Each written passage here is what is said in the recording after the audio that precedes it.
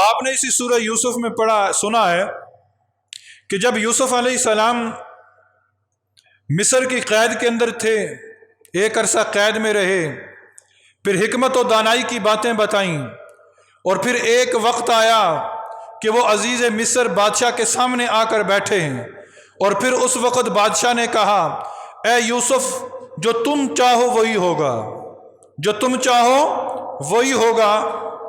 اور اس میں آپ نے یہ بات بھی سماعت فرمائی تھی کہ بندہ اپنی چاہت کو رب کی چاہت پر قربان کر دے، پھر وہی ہوگا جو بندہ چاہے گا۔ تقوی اور صبر کا دامن ہاتھ سے نہ چھوڑو۔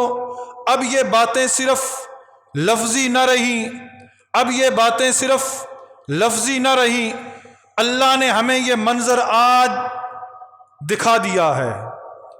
اللہ رب العزت نے یہ منظر دکھایا، ہماری آنکھوں نے یہ منظر دیکھا، کوئی سمجھے یا نہ سمجھے۔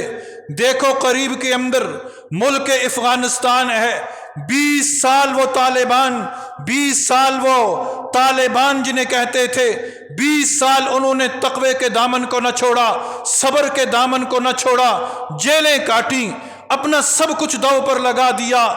پھر ہوا کیا؟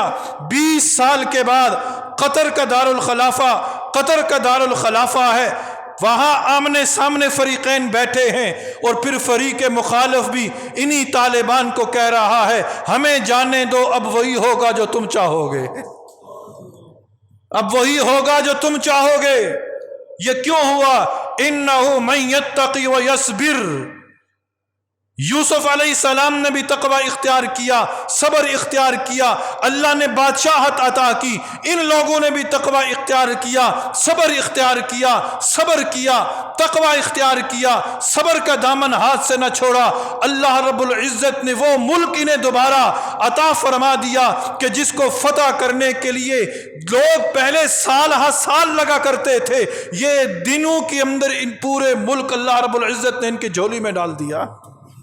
رب دکھا رہا ہے ہمیں، رب ہمیں دکھا رہا ہے نا، یہ ہماری آنکھوں کے سامنے ہے۔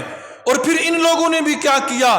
جب بیٹھے، جب ملک ملا، جب خلافت ملی، جب حکومت ملی، جب اقتدار ملا، تو انہوں نے بھی فتح مکہ کی یاد کو تازہ کرتے ہوئے کہا کہ قال لا تثریب علیکم اليوم، آج ہم وہی پیغام دیتے ہیں جو یوسف نے اپنے بھائیوں کو دیا تھا، فتح مکہ کے موقع پر نبی صلی اللہ علیہ وسلم نے مکہ والوں کو دیا تھا۔